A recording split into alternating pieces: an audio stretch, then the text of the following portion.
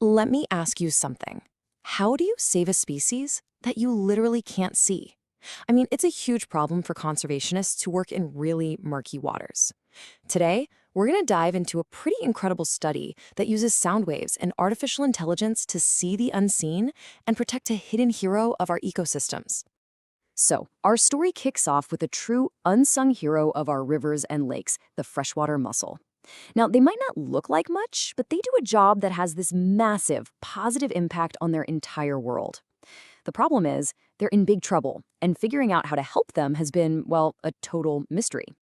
These little guys are amazing natural water filters.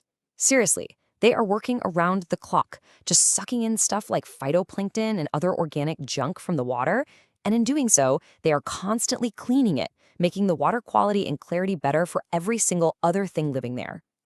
And their impact is just enormous.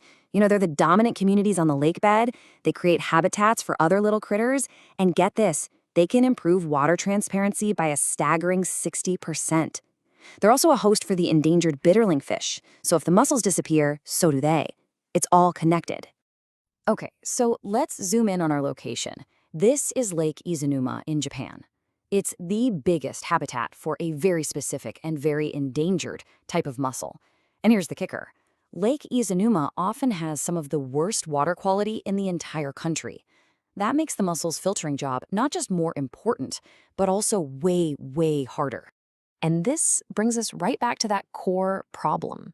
The water in this lake is so cloudy, so turbid, you can't see your hand in front of your face, let alone the bottom. At the very same time, the mussel population is just plummeting. So all the usual ways of surveying, which rely on sight, are completely useless here. So what do you do?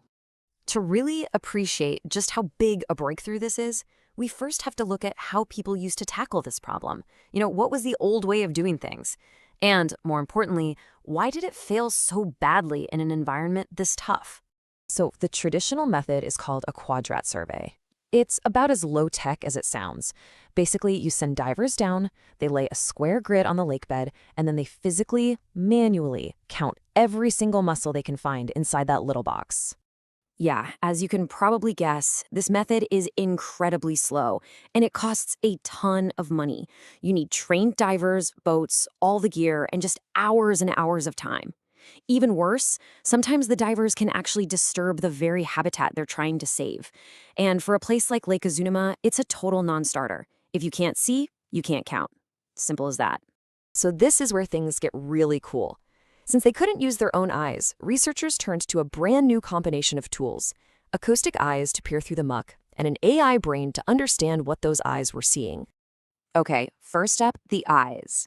This device is called ARIS. It stands for Adaptive Resolution Imaging Sonar. The easiest way to think about it is like a medical ultrasound, but for a lake bed. It shoots out sound waves, and from the echoes that bounce back, it creates these almost photographic images. It just cuts right through all that cloudy water like it's not even there. And if ARIS is the eyes, then this is the brain.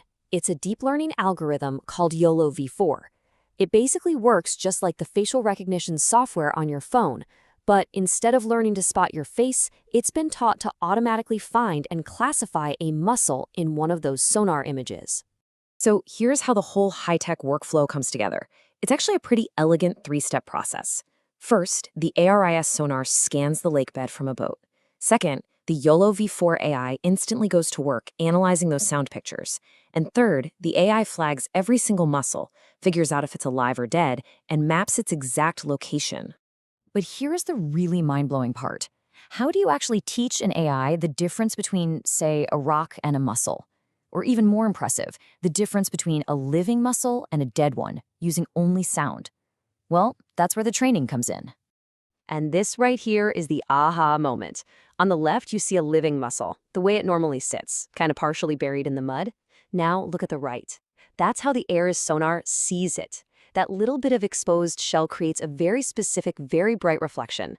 It's like a unique acoustic fingerprint.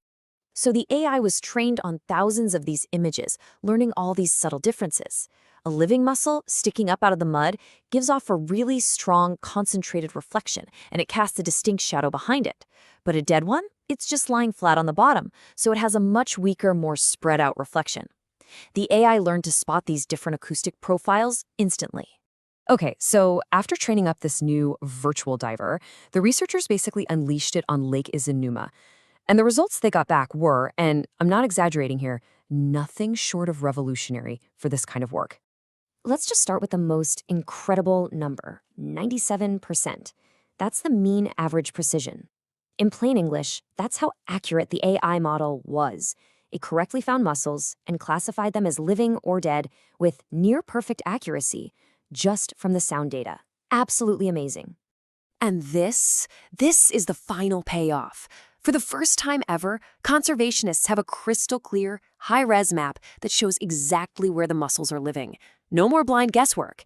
They can now see the hotspots, the thriving communities, and the dead zones, all across thousands of square meters of lakebed they couldn't even see before. And this map revealed some pretty stark realities. Just look at the data from 4 different survey sites.